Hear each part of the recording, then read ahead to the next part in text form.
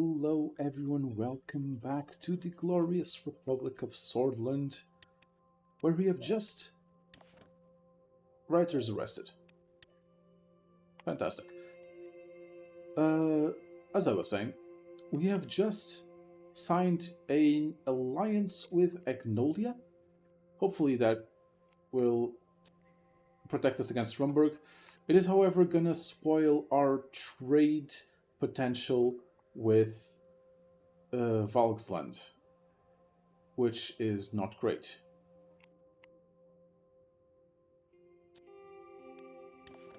Okay, Bergen police ambushed by young militants.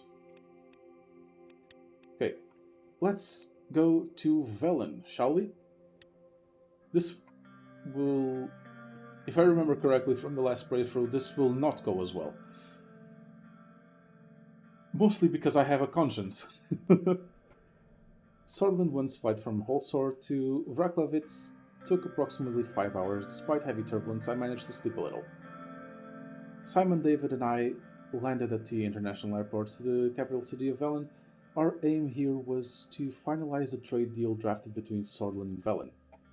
Our plane landed at the door and the door opened. The sun blinded me for a moment. I stepped outside. I saw the soldiers lined up on either side of a red carpet. There must have been at least 100 of them.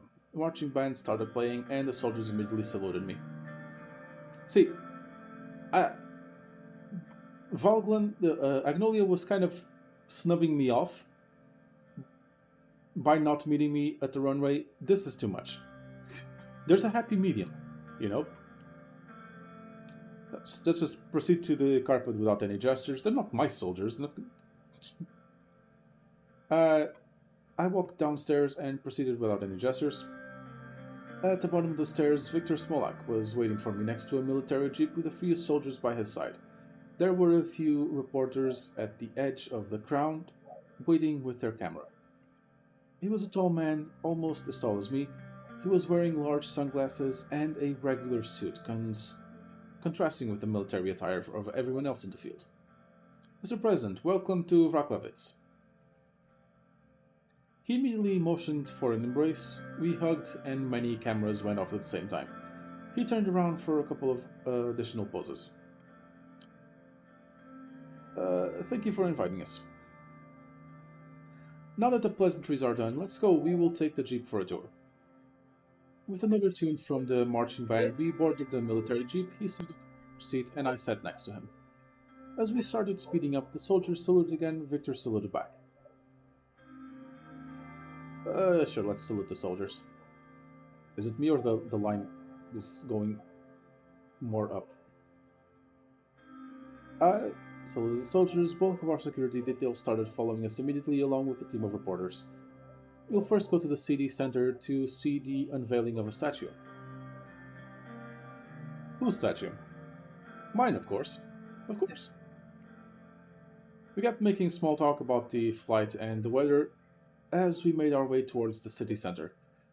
On almost every corner there were reporters taking photos of us. Aside from them, though, the streets seemed completely empty. Is Rakovitz always this empty? I had this part of the city closed down because of your visit, so that you could enjoy the city in peace. There we are. We arrived at the center in the middle of a large plaza. There was a covered statue. Large crowds of people were gathered behind fences, waving both Swordland and Velen flags. Victor waved back at them. My people have been very supportive of this visit, Mr. President. I am sure you are delighted to see them. Sure. I'm sure they're all here voluntarily. A man came closer to the fences and started yelling at Victor. With my limited knowledge of the Vezek language, I understood the words Victor and murderer. Almost instantaneously, 2 soldiers came up from behind the man, and he was taken away. Thankfully, the sun is out today. It will be a good day for the review. What will happen to the man who was protesting you? He asks, as if he didn't know already. Which man? The one in the crowd? Don't worry about the details. He must have been troubled fellow. Let's focus on the event. We took our places in front of the statue. With a drum roll, the statue of Victor Smolak was uncovered. It was a fairly good likeness, albeit more muscular than the real Victor. He was wearing a cloak and holding a sword in his hand. Excellent statue. Very lifelike. What do you think? Mr. Smolak, I don't have time for these games. Let's get straight to the business. Don't worry, we will. Join me for a walk. I followed him through the streets. At every corner, more and more photos were taken. We stopped in front of a pastry vendor on the street. Give me 2 strudels. The man behind the stand smiled and gave us 2 strudels. I'm gonna pay the street vendor because I'm not an asshole. Put my hand on my wallet and brought up some money to give the vendor. Hold up, your money doesn't count here. I got this. He handed the money to the street vendor with a huge smile on his face. The cameras flashed again. Afterwards, we walked a short distance to the palace. Passing the gates, we made our way into the main building. Made from ivory-colored stones, the old guard towers flanked the magnificent structure from both sides. The inside of the palace was very spacious, with a very large chandelier hanging from the ceiling. Grand staircases made from the same ivory stone. The same ivory stone had red carpets on them. Again, spelling mistakes. On the upper levels, guards stood wearing the traditional outfits of the old Vezek kingdom. We finally reached the office of the President of Velen. The door closed behind us. I looked around at the golden ornaments on the walls and various jewel-encrusted artifacts. As it was customary in Velen, we sat down on the carpet. Now we could talk about our trade deal. Just nod. But before that, fuck's sake. He clapped his hands twice. Bring the kisha. Few assistants immediately entered the room carrying a large ornamental kisha, the well-known smoking instrument originating from Velen. They immediately lit it up and the room was filled with the smell of tobacco. Victor inhaled the smoke and handed me the kisha. Sure, of course. Let's partake. I inhaled the smoke. It was probably the highest quality tobacco I've ever smoked. I handed it back. He took another puff, filling the room with more smoke. So, Mr. President, that's too long. Then I call you Anton. Sure, why the fuck not? Anton, tell me, what do you really think about Rumberg?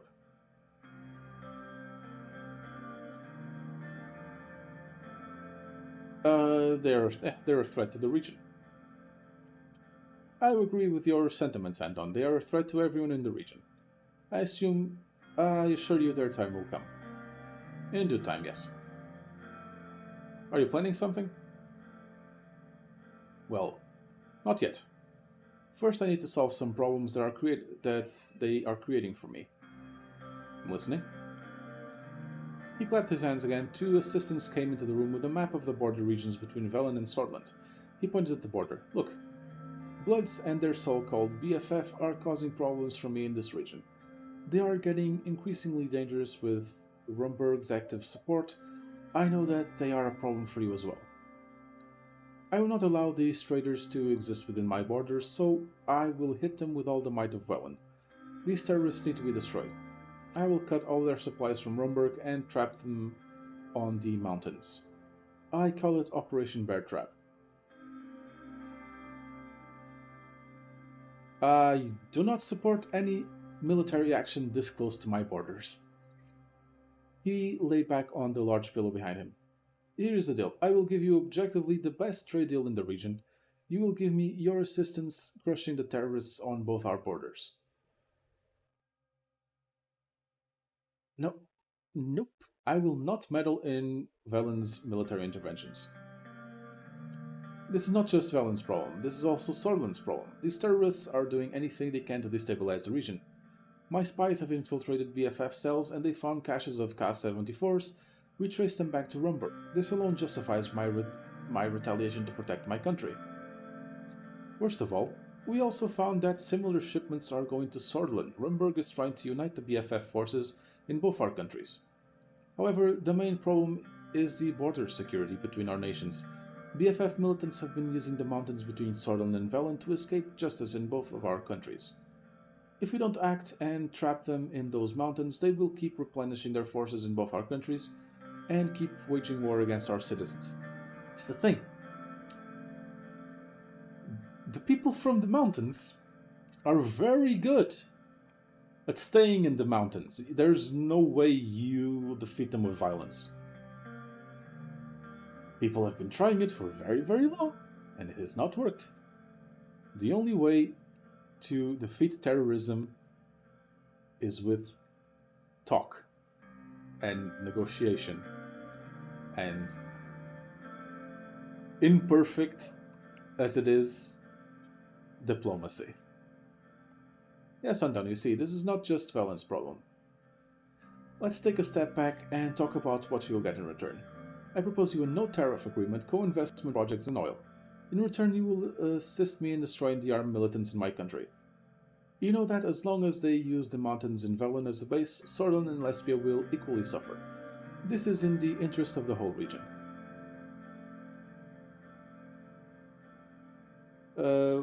What kind of support do you need from me? Can't Velen handle this? There might be international ramifications. Why would you offer me so much? Why wouldn't I? I want Sordon to be Velen's friend. The question is, do you want Velen as your friend? What I want is for you in return for all the money and the resources is only a joint operation between our armies against the BFF. I took a moment to think about it. No deal. It's too risky, afraid I can't accept. But, okay, let's... Okay, what exactly would you require me to do? You're a tough one, Anton. Normally, I wouldn't offer anything else, but I like you. Here's my final offer. When the operation starts, with you or without you, there will be stragglers trying to cross into Sordland. Just want you to support the operations even if you do not join. Stop the terrorists from fleeing into your country and you will have your deal. Simple, isn't it? So what do you think? No, I am not turning back refugees into their deaths. I'm afraid I can't accept. That's unfortunate. I thought we could be friends. But you decided to leave Velen to fend for itself. Such a shame. I am sure a powerful leader like Sol would have accepted this great offer without a doubt. My assistants will show you the way. Goodbye, Mr. Rain. Nod and leave. I returned to Sordon immediately. I felt relieved to be back in Volsord. There's just no way I can make a deal with Velen. Ah yes, can have all of these nice... all of this nice no tariffs deal. Just give us a wee little help with our genocide. 8 ATO brokers for peace amidst Rizian claims, Lesbia mediates. CSB asserts sovereignty with PMC ban.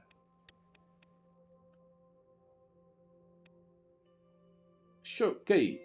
Time to go to the National Assembly and present our reforms. This should be fun. I came to the Grand National Assembly of Sordland to deliver a speech regarding the new constitution and ask for the support of the Assembly before the upcoming vote. I walked quickly through corridors, giving my greetings to people on my way towards the Parliamentary Hall. When I entered the hall, the Assembly was in complete chaos. With shouting and cursing between the parties, there was a heavy argument about a proposal made by an MP from NFB. I took my seat inside the special area reserved for the ministers. Gloria was shouting from her seat at the center of the hall as she hit the gavel 3 times, with each strike heavier than the one before. Order! Okay, no, I'm not gonna do a John Burkow impression again. Order! Order! I did it last time, come on. Find better material. I saw Casaro Kivner standing in front of his seat and shouting towards the members of the PFJP. Mr. Kivner, calm yourself, show respect to the procedures of this assembly. Despite her efforts, the arguments continued for a couple of minutes before everybody took back their seat and finally went quiet. Mr. Kivner, next time when I tell you to do so, either take your seat or leave the hall, so we can proceed with the procedures of this assembly and continue our duties. Some MPs from the NFP side shouted back at her in protest. Honorable ladies and gentlemen, if you allow me to continue, she pointed at me. We have the President here with us today. He has asked to give an important announcement. The assembly fell silent. You have the floor, Mr. President. Okay, let's do this. I walked to the stand as loud as clapping started uh, as a loud clapping started in the USB side. Brothers and sisters, I am here today to raise important questions regarding our outdated constitution.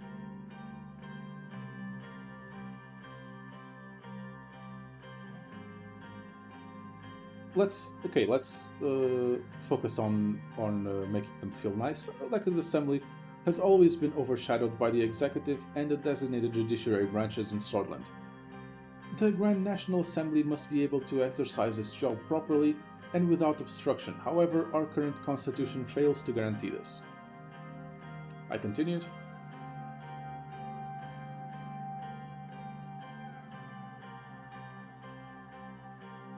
Standards of.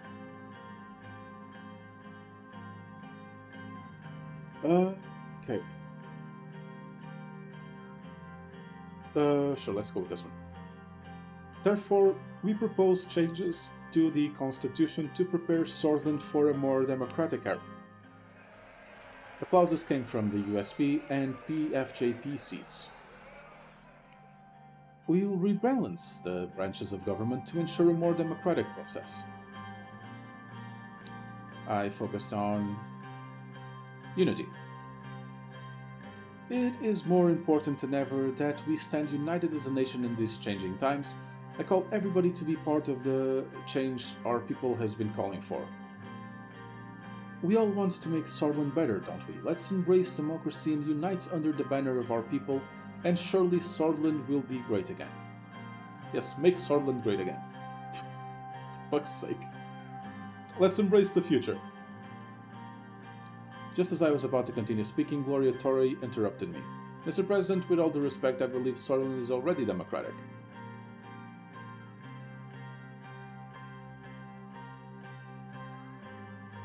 We both know that our constitution is flawed. Tarquin Solin's efforts cannot be ignored. We must keep following the path he defined for Scottish people. I'm sure the honourable members of USP will see that the President is acting rash by allying with the opposition and destroying the culture of solism that established Scotland. That was the extent of my quick note. Thank you. The President has the floor.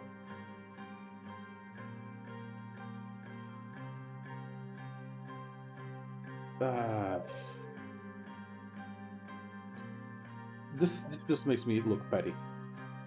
We're not here to destroy solism nor our cultural values. Please continue your speech, Mr. President. Please stop interrupting me. I took a breath and continued.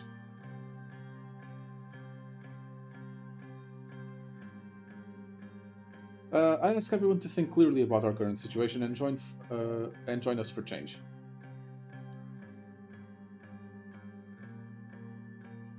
Be a part of a new era for Scotland, join us and vote for our proposal.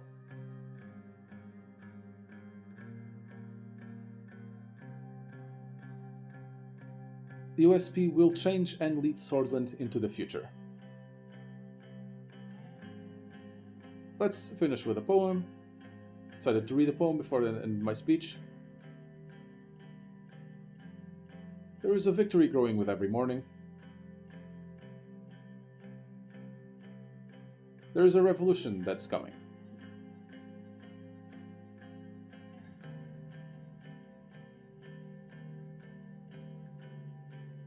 There is a spring that blossoms out of the graves of our fallen.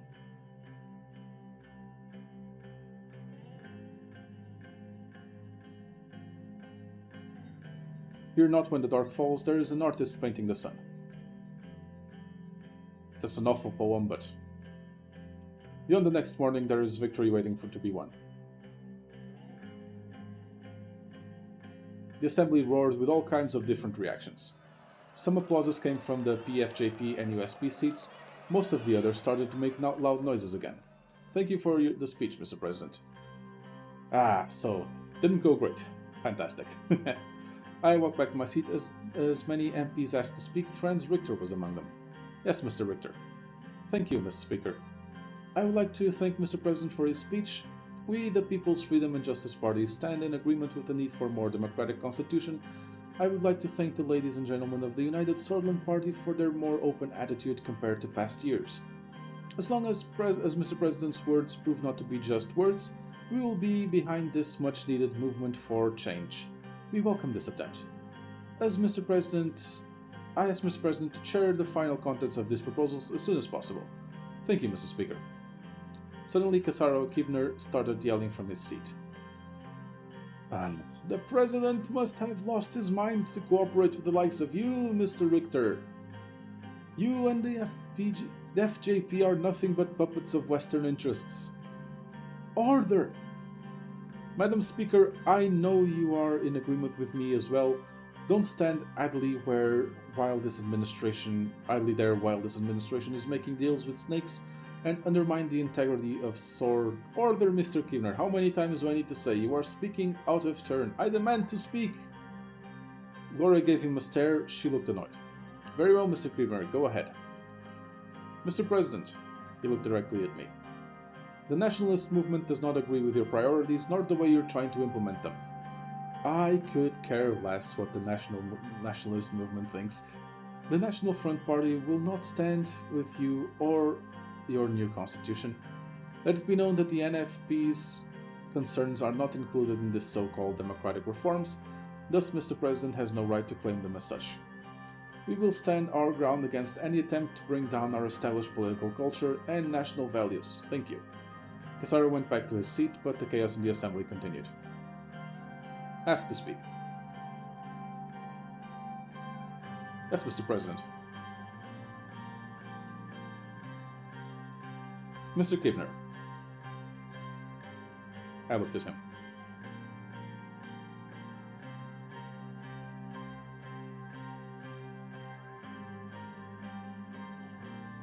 It is you who shouldn't use the word democratic when you want a more centralized government. He watched as he slouched on his seat, legs crossed.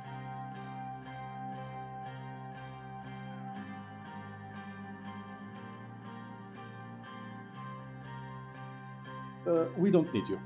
That's just flat out, we don't need you.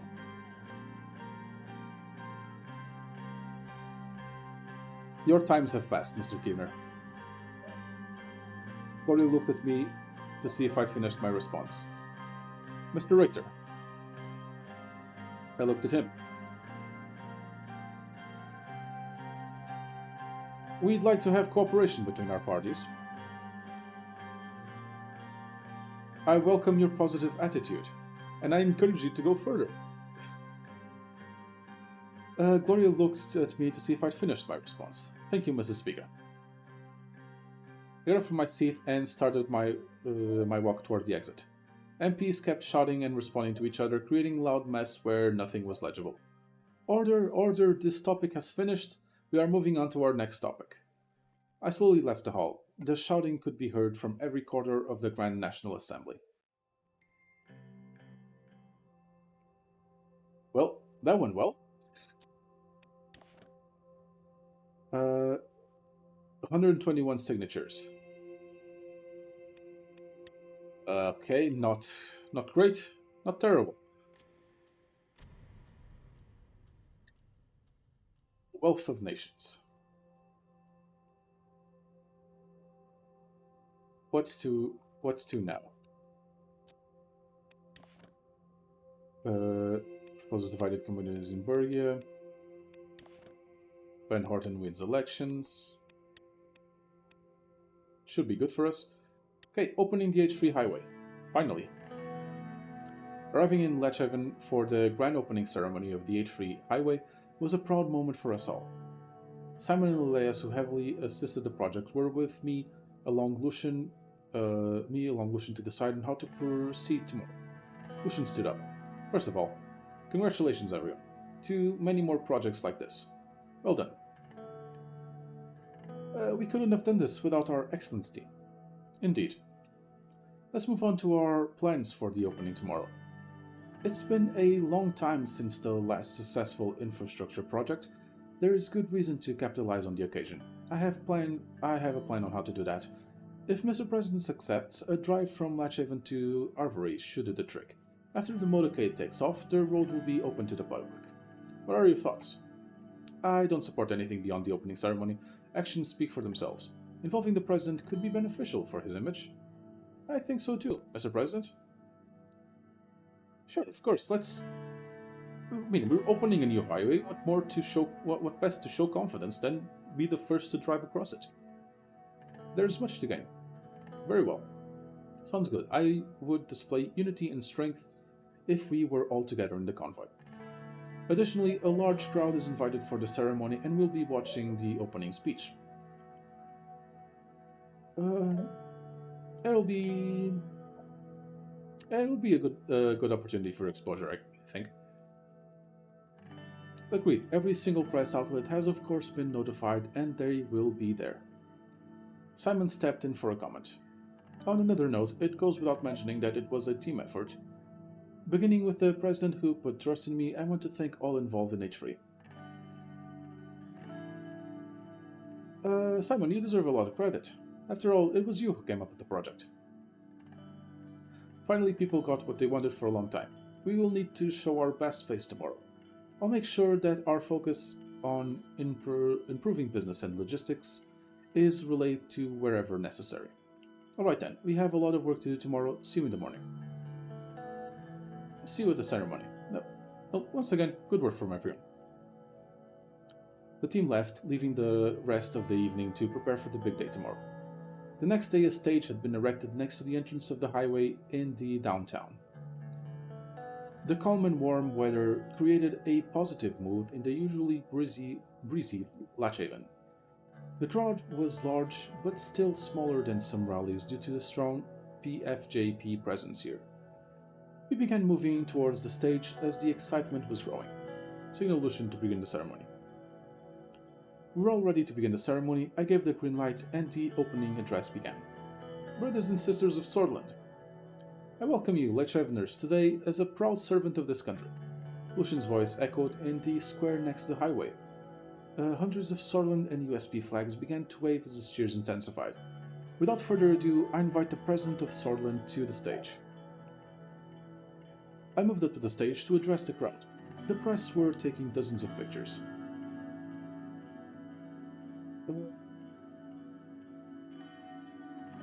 People of Swordland, welcome to the opening ceremony of the H3 Highway. The chanting from the crowd continued.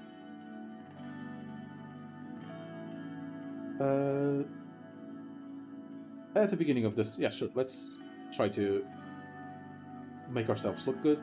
At the beginning of this journey, we promised jobs and opportunity. We kept our promise. Improve logistics. The aim with the H3 was to improve logistics to aid businesses to create economic growth in the East Nargis and Angland. This highway brings down travel time by half. Travels between Latchhaven and Ivory is now faster and more comfortable. The highway brings thousands of new jobs. Many unemployed citizens have benefited and will benefit on the path of the highway.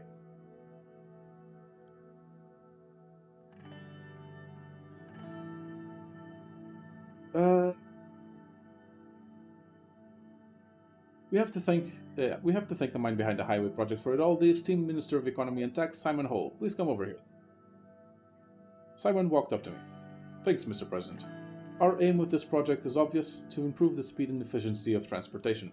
I'm sure each one of you will be proud of the achievement made during the project once we cut the ribbon and you can drive or travel on the highway yourselves. Simon mentioned the beginning of a Swordlish economic recovery and the plans to stop the recession altogether. After he was done with his speech, Lucian took Simon's place on the stage to close the ceremony. Citizens of Latchhaven, there you have it. As promised, Anton Rain, 4th President of Swordland, has delivered. We moved towards the entrance of the highway next to the stage. 40-meter-long red ribbon was hanging over it. Simon gave me a pair of large scissors to commemorate the opening. The crowd was watching. I cut the ribbon, which led to a huge wave of cheering from the crowd. Many flashes went off at the same time. Congratulations to all. It was a solid and fruitful effort, hopefully with much more to come. It's a good moment indeed. It gives us pride as a nation. One big step behind us. Your car is prepared and ready. The drive to Arvory should take about 4 hours, and the rest of the motorcade will follow you. Sure, let's enter the car. And sat on the driver's seat. The crowd was trying to catch a glimpse of me sitting at the front. Who do you want to travel with, Mr. President?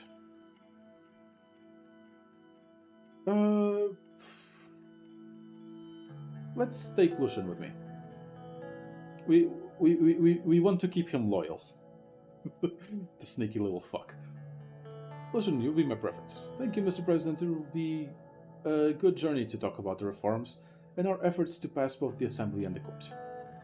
As we began driving out of the opening ceremony area and into the new highway, the media took pictures of me and Lucian, who looked serious.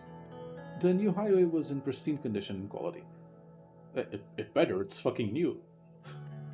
It was the best driving experience one could have nowadays, while providing the best traction and least noise.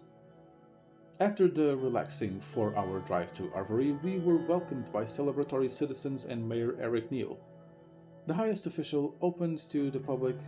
The highway officially opened to the public, and thousands began utilizing it as soon as we left the area. Today was a great victory for the administration. Great, we got the achievement for opening it without complications.